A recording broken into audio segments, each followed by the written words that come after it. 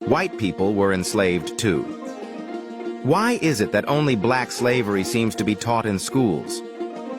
History often overlooks the fact that white people were also enslaved, especially in North Africa. Pirates, known as the Barbary pirates, would raid European towns and villages, particularly around the Mediterranean. This went on until the 1840s, which is close to the time when slavery was abolished in America. These pirates, primarily from North Africa, would capture Europeans and take them to black nations in Africa. There, these white slaves were treated just as horrifically as the slaves in America.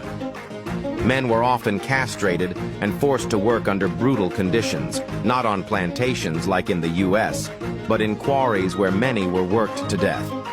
Even more harrowing is the fate of many European women who were taken as sex slaves by their African captors. This dark and violent chapter of history saw white women being exploited and abused by their African masters. Yet this aspect of slavery seems to have faded from mainstream historical narratives.